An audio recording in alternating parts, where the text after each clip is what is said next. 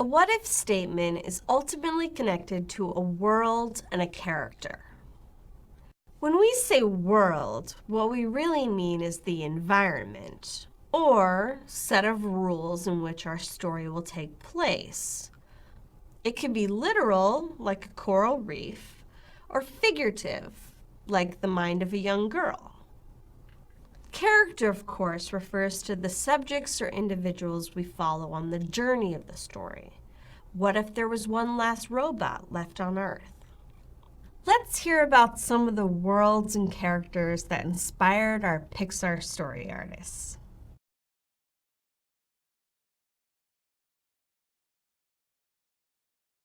Star Wars has this great what if question, which is, what if there was a band of rebels that were trying to be the guardians of the human spirit? And let's say there was this great war that was going on between this non-feeling technology trying to wipe out this kind of subtle human feeling, and it just has this great, powerful what if question that really drew me in to that world. The great thing about the world of Toy Story is that it's this really beautiful metaphor for growing up. And it's so genius because it's so, from the sort of the outside, it looks so simple. But from the inside, it's so complicated and so beautiful.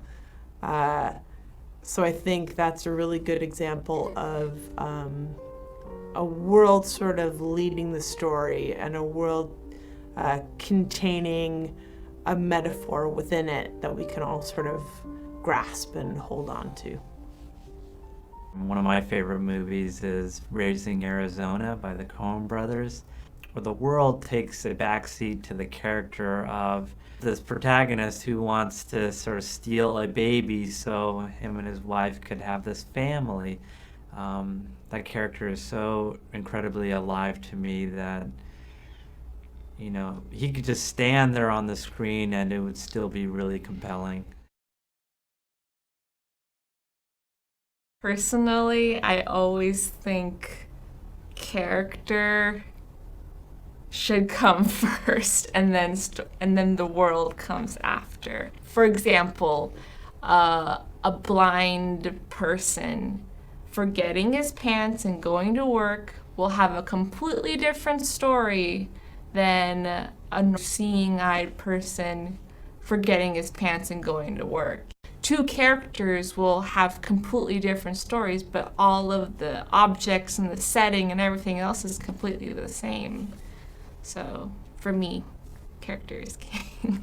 Everybody works a little differently. So for me, I like to come at it from world first and then find the character to go into this world, or who that character is going to be. I needed to set the stage for a bunch of other characters to go through, and then that was the equation for stories to come out. Sometimes the world comes first, and sometimes the character comes first. Either way, the story's born when both things, world and character, meet. Let's get warmed up in this next exercise thinking about characters and worlds in the stories you love.